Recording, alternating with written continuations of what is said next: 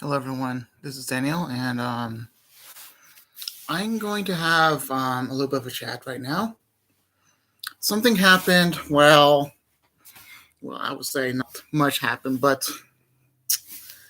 looks like we're having a bit of a race issue again. Not quite sure what caused it, but obviously we're saying that whites are better than blacks, blacks are better than whites. The war starting again. It's going to continue to start its course like that, and it's going to continue. But my message for the future is no one is better than another person. Matter of fact, if you say that person is or worse than another person, you're just lying to yourself because, we're all sinners in God's eyes, but we can all be redeemed. So, what does that equate to being better than a person in heaven? Well, the only thing you can do to be better than another person in heaven, honestly, is how much did you know God? Honestly, how much did you do what He commanded you to do? I mean, we all have our strengths and weaknesses, and of course, if we have a strength of being better than another person, it's just it's okay because let's say a person is much stronger in a faithful sense, in a religious sense, and every good regard better than another person. Does that make it better? Does it make it good or fair or justice that that person that's worse off and poorer in spirit and not as good as the religious person and very powerful? I mean, if a person is very powerful, that's good, but a person who is very poor and doesn't know religious background and is very weak, that person who is very weak could be much. That person could have much higher honor than the person who is religiously strong and has a religious background, because God is there for justice. He's really a just God because He always goes after the weak and make sure that they get stronger than let's say the person who was persecuting them. But also, His justice also is equally as much as a greater value when it comes to people who are religiously strong and actually like the apostles, because Apostle Paul was the least of the apostles, but he was very powerful. But he called himself the least because his life didn't show it. I mean, he was the least, but he was actually the most powerful apostle you could ever imagine, even though he was the least. Actually, Apostle Paul was the best most honored person in heaven, even though he was the least of the apostles. Now, why was that? Because he was the one that knew God the most. Even though he was persecuting God, he knew God the most because God wanted to talk to him and he wanted him to know him more. That was just supernatural. But he was the one that created the Bible, and since he knew all the personal attributes of God, he created the Bible because of how much he knew God. But let's say you're very weak and you're not very good with speeches, and you're really really trashy type of person. Let's say that person is really trashy, but then again, he knows God beyond almost everyone else on earth. And the person with the best speeches, the most powerful speeches, and he knows all the religious attributes, and he is wonderful.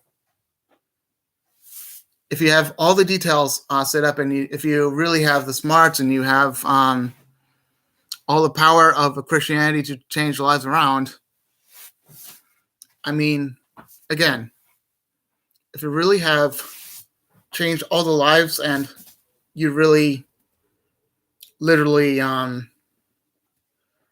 helped every orphan and done all the wonderful good deeds and all that, if you don't have love, if you don't know God, then you're practically nothing, because there's some televangelists who are very powerful, some of them, yet they don't really know God very well, know Him very little or none. And the funny thing is, we have to know God better than anyone else. We have to. We have to give it our all. And to a very weak person, that just says, to a person who is very weak like I am, let's just say I'm very weak. Not an authoritative figure and not changing so many lives around, but I'm trying to, trying to help. Even though it's like less than 1,000 people's lives change and several thousand, not several, but like let's say dozen thousand people's lives, let's say, saw it, but then a couple hundred lives were turned around because of me, turned around for the better. Honestly, just knowing God beyond expectation. Hello?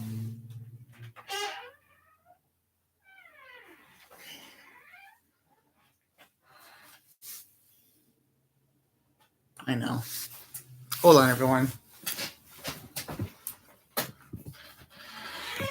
Why did I click? Hold on.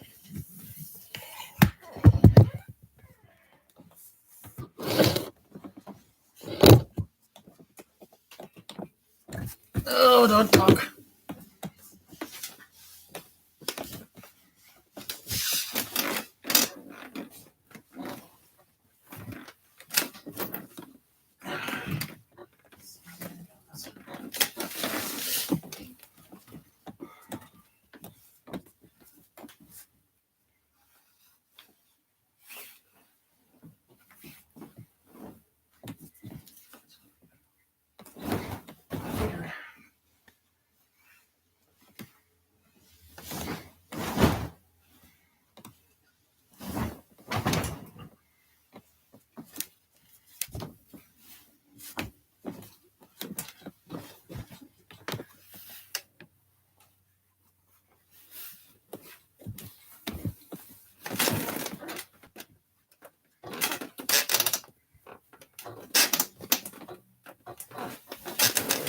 All right.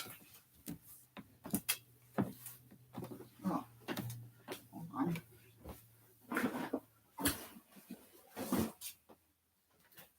Anything else? All right. Oh, that's good.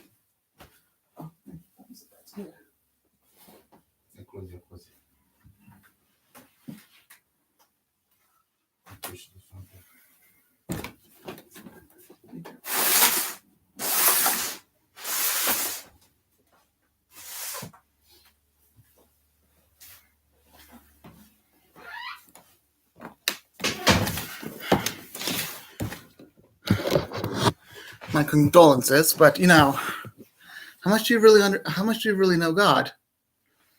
Does it really matter how powerful you really are? Does it really matter how much you evangelize? Does it really matter how much special knowledge you have? Does it really matter if you're an apostle? Does it really matter if you're the most honored person, basically because you're an apostle, or does it matter if you have special things happen in your life? No. Because even if you're black or white, and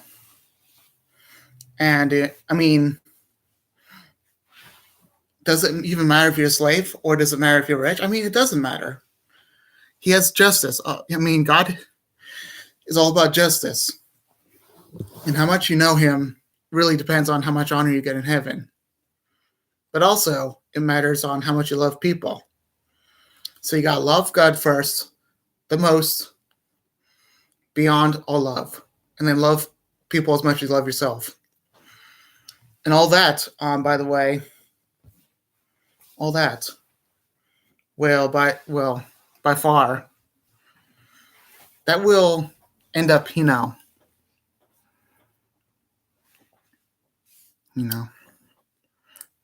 canceling out all commandments. But instead of canceling out all the commandments, it will just make you follow all the commandments. Because, love is first. Love is absolutely first. Let me tell you about something about love. How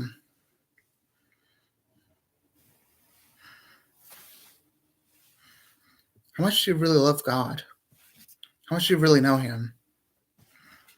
Because without love, without knowing Him, you're nothing. Let's look at the Bible. Because the quote is, if you have donated all of your money to charitable needs, and if you, it's kind of blurred out, but it's not blurred out. It's kind of mixed on a few things. But if you really done charitable deeds, excuse me, I'm sorry. I'm gonna call condolences.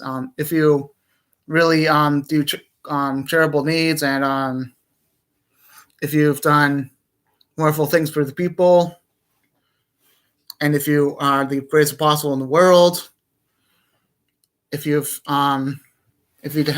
all that, and if you don't have love, you're just a squeaking door. That's just making a lot of noise, rattle a gate.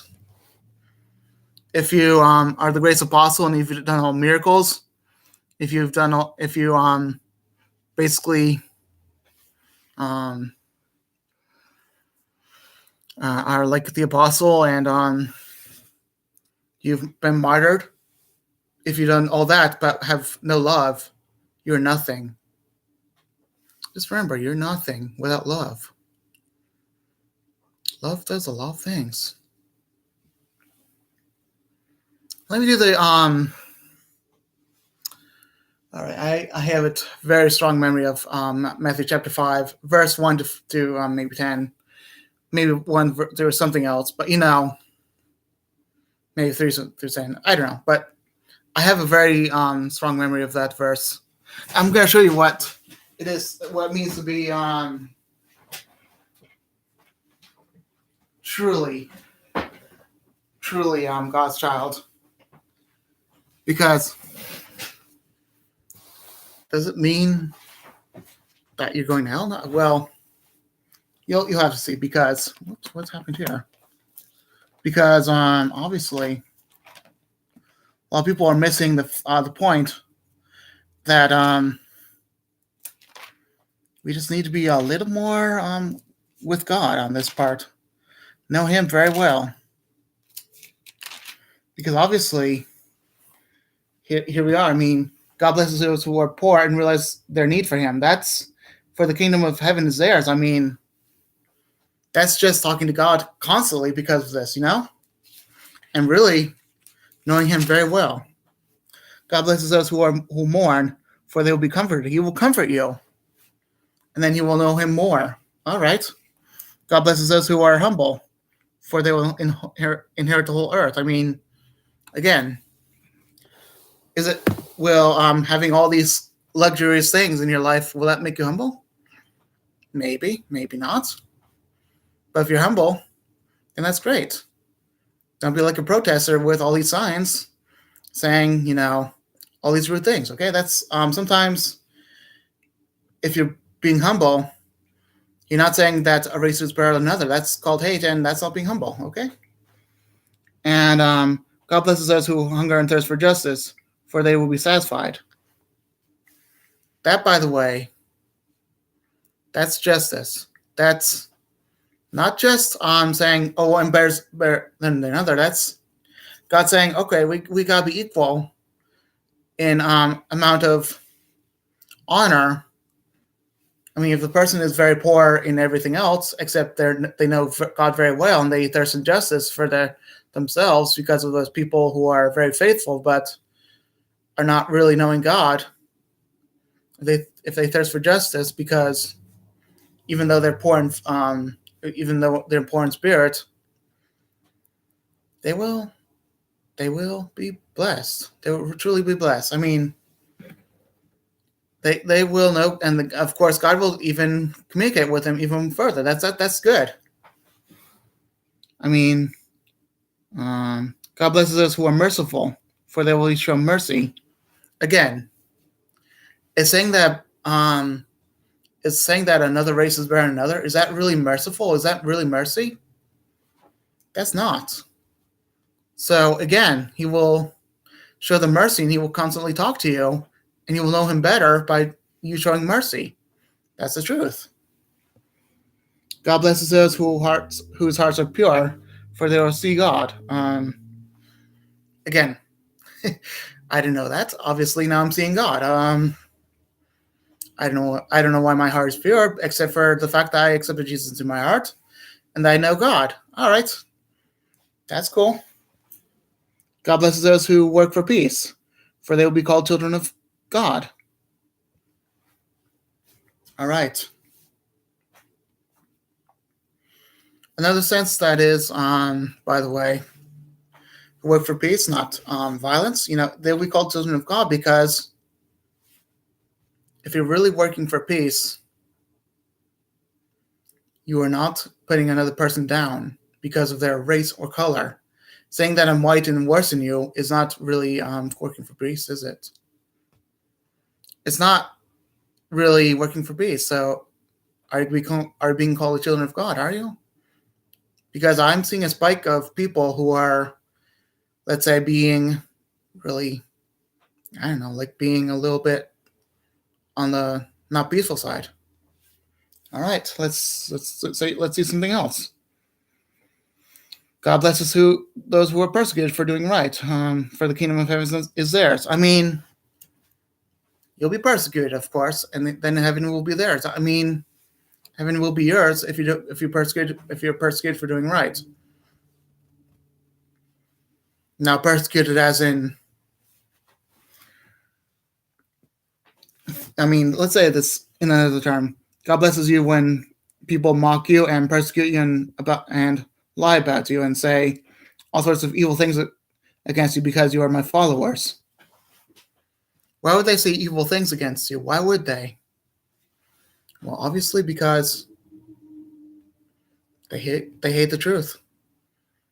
They love the devil, apparently. And let's look at another way. Have you ever been, let's say, lied about? Have you ever been mocked? If not, you should be doing something. I'm not gonna say what your life is gonna be like, but I'm just saying you should do something. Now there's another verse on, I think it's Mark. Yeah, I think it's in Mark. Let's look at Matthew chapter 5 again because I don't know what verse this is. Right. 49. So Mark in 49. That's a numerical word, I think. After this. Uh-oh. Is this going? Might be in Luke.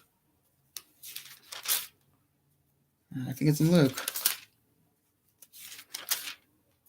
Let's look in Luke. I think this is also a numerical order. Except for one thing. For one of these. Okay. We really got details on this one. There we go.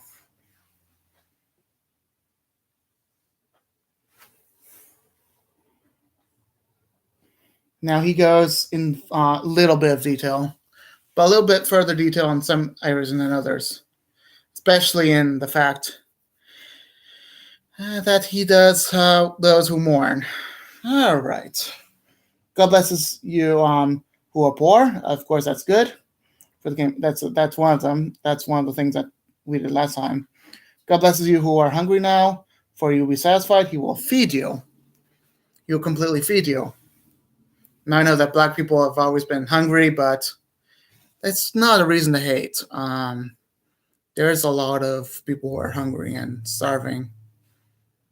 But that's not all black people. That's also white people as well. Don't take the wrong curveball, okay? So God blesses you who weep now, for in due time you will laugh. That's good. Because you'll laugh for good things, not evil things. Because, this is going to be one of the facts that, you'll laugh in heaven, of course. So let's see. What blessings await what people who hate you and exclude you, mock you, and curse you as evil because you follow the Son of Man? Again, if you say that Jesus is Lord, they will mock you. I'm telling that truth for you right now. And saying that, let's say, worshiping Mary is an idol worship thing. Basically, I would say that even, let's say, honoring an idol of someone, even that is idol worship, because you have to honor God. Remembering idols. No, we have to remember God and what He has done for you. This is what we call idol worship. It's honoring an idol and basically remembering what it's done for you. That's called idol worship. Just remember that. And all that. Again, let's continue. When that happens, you'll be very happy and leap for joy, for a great reward awaits you in heaven. Remember, the ancestors treated the ancient prophets the same way. And then it goes to another part. What sorrow awaits you who are rich? For you have only happiness now. All right. That's unfortunate. What sorrow awaits you who are fat and prosperous now? I'm not that prosperous. Let's just say about that. For time of awful hunger awaits you. Well, let's just say that I have a thyroid problem, and also I get the munchies, and we have easy access to food. That's all. What sorrow awaits you who laugh now? For laughing will turn into mourning and sorrow. What sorrow awaits you who are praised by the crowds? For their ancestors also praise the prophets. No, for their ancestors also praise false prophets. Prophets who are false, yeah. If you praise me and your ancestors praise false prophets, well, we do not need praise. Only Jesus needs praise. We need the truth. Now, my concluding thought is, again, if it's a race thing, then it's not really your business to judge the white people because they're white. That, in my opinion, is called racism. There was a thing, which was also dangerous, where people would not vaccinate their kids and say that all vaccines were bad. Now we have whooping cough, rubella, tuberculosis, and every other kind of disease that's out there that's possible because of this vaccination thing. Remember polio? Some of you? If you don't remember polio, then you might remember it now. What is polio? Imagine being in this very metal box. Not box, but it's like a circular tube. Okay, imagine being in an iron tube. Imagine being in an iron tube, in an uncomfortable bed, and you have to lay there for the rest of your life. Anti-vaccination kids, autism is better than that. That was very dangerous what you did there. And also, people who are saying that blacks are better than whites are saying that it's better for people to be more violent on every side. So we go on full war with each other. I don't know the whole results of this, but this is also dangerous, but maybe not as dangerous. But again, God hates violence. Pride causes violence. And this sort of, this sort of blacks hate whites, whites hate blacks sort of thing. All that racism, is it going anywhere? You curse, you say horrible things about each other, yet you're going nowhere. Why would you do that? If we're not from Edom, where are we from? And also, let me get a fact to you right now. I don't know if I can do this.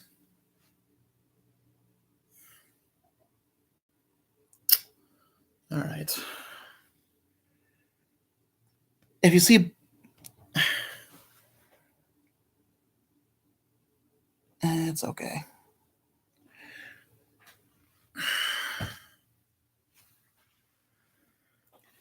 I'm not gonna bring it home, but let's look. Let's say I want you to look at a person who's white, and see these brown spots on them. Those aren't freckles. Those are ancestral traits of people who are black. And if you're a white racist, like someone else is, let's say you're a white racist person, yet you didn't realize that being by white racist, you were actually mocking your ancestors who were black. You might have 5% of black in you, but that's a big difference. Because every person who's white here in America is also black. Let me say it in a different term, for those who are religiously led to turn down white people. Again, we have some black, but also, if you look at your palms, let's look at it carefully. You also have white blood in you. This will hurt you. You don't have to say that. You don't have to agree, but I believe you also have white blood in you. Even people from Africa, they also have some white blood in them. God gave everybody the same. God gave everyone the same ancestor, which was Eve and Adam. All of the blood came from Adam and Eve, Noah and his sons.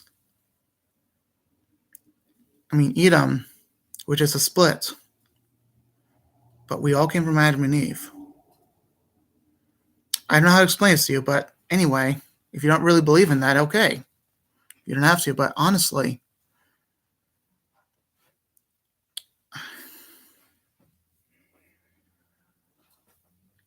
he says, God said,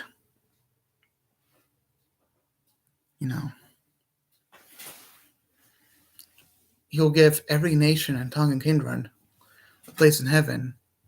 Every tongue and kindred and nation. Kindred means white, black, Asian, all those people. Every kindred.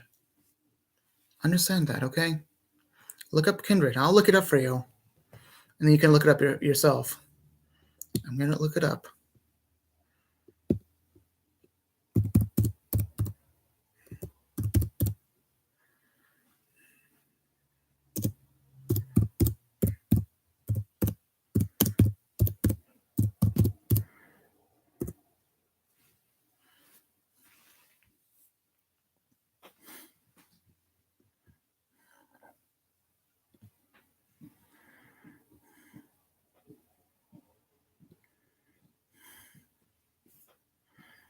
Oh, hold on.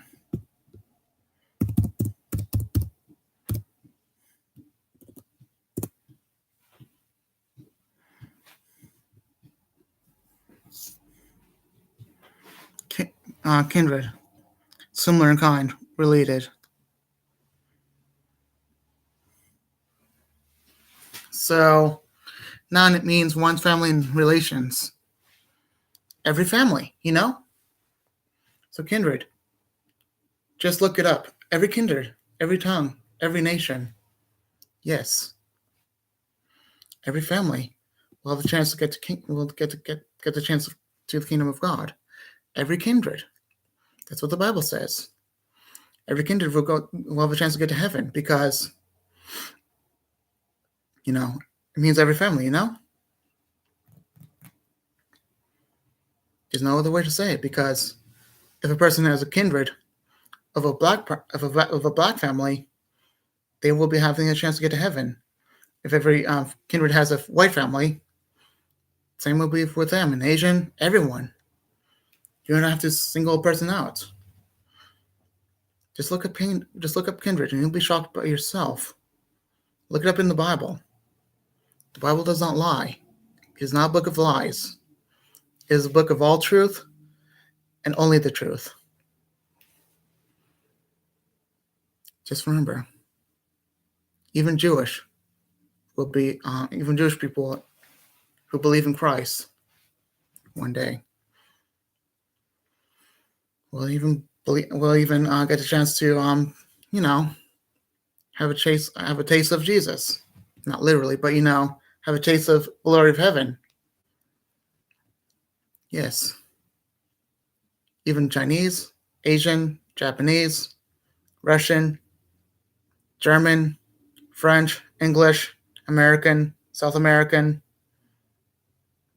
Mexican, Canadian, African, South African, Madagascarian, Indian, not literally Native American, also Native American, but and people from islands like Australia and New Zealand and all the other islands, every nation, they'll bow down and they'll also be accepted into heaven.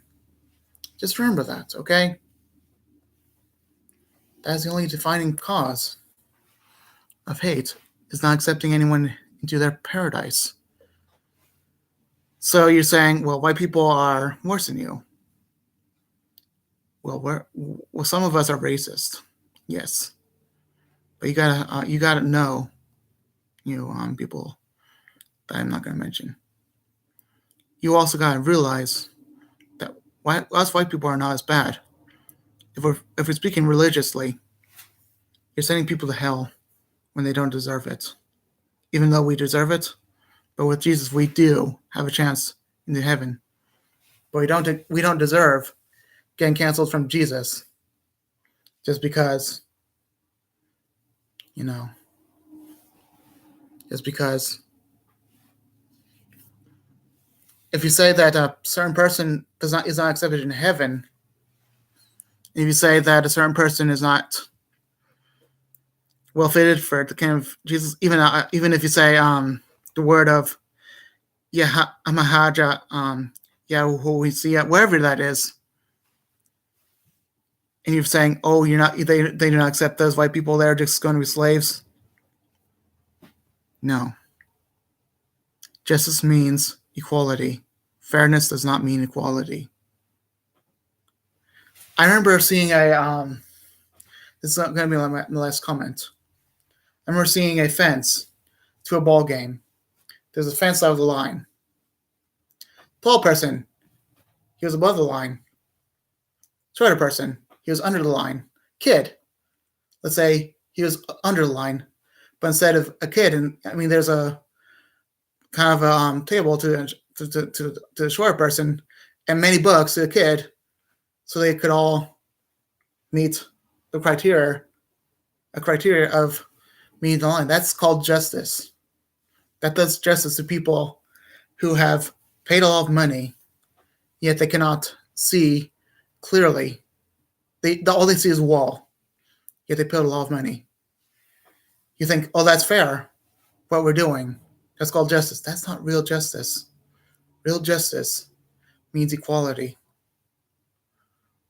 Again, we're all equal in God's eyes.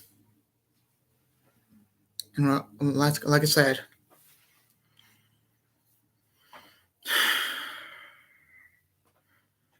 we all have the same problems. If someone is poor in spirit, if anyone's poor in spirit, like he blesses those. Again, he blesses those who are in poor in spirit. Because, in another book of another type of book, maybe not mine, but he blesses those who are poor in spirit, because those people will know God better than some of the other people.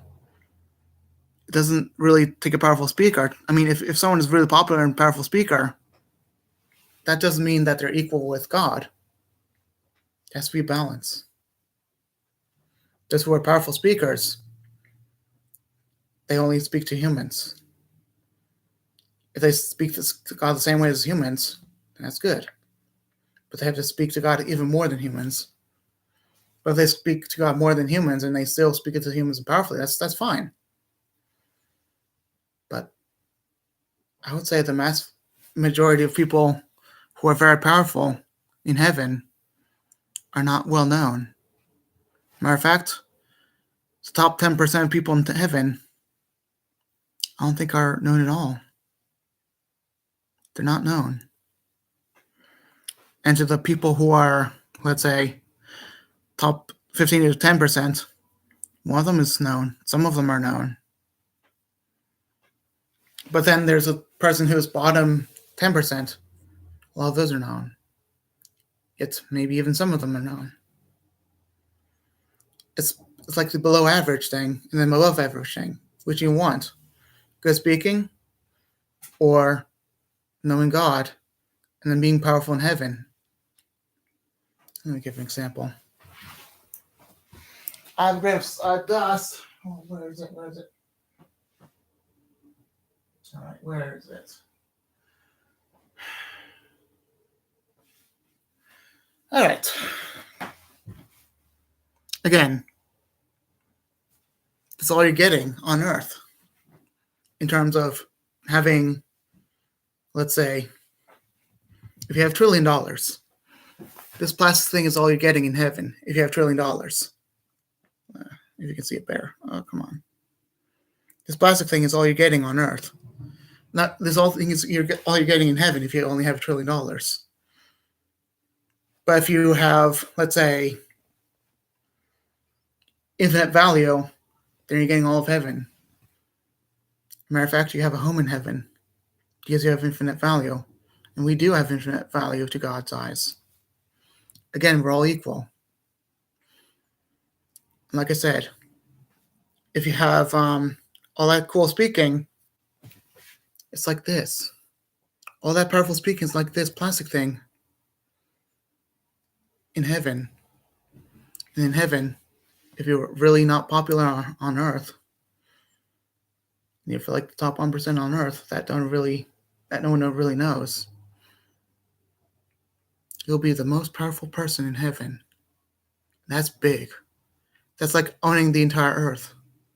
That's like owning all of the universe and all the Earth combined with all the wonderful, spectacular gemstones and silver and gold and all that stuff. Just imagine owning all of that, like beyond what you can imagine. Because just knowing God and speaking to Him constantly speaking to God.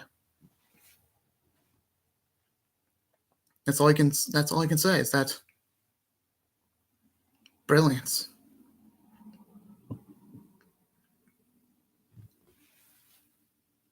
Like I said, Matthew chapter 5 said, in, let's say, maybe verse 5, the meek shall inherit the earth. Let's not be proud. Let's not say that you're better than others. That's what pride is. Meek is just letting everyone control you, even white people, even black people. That's what being meek is. Letting the whole world control you. That's my last words. All right, I'll be done now, okay? Bye.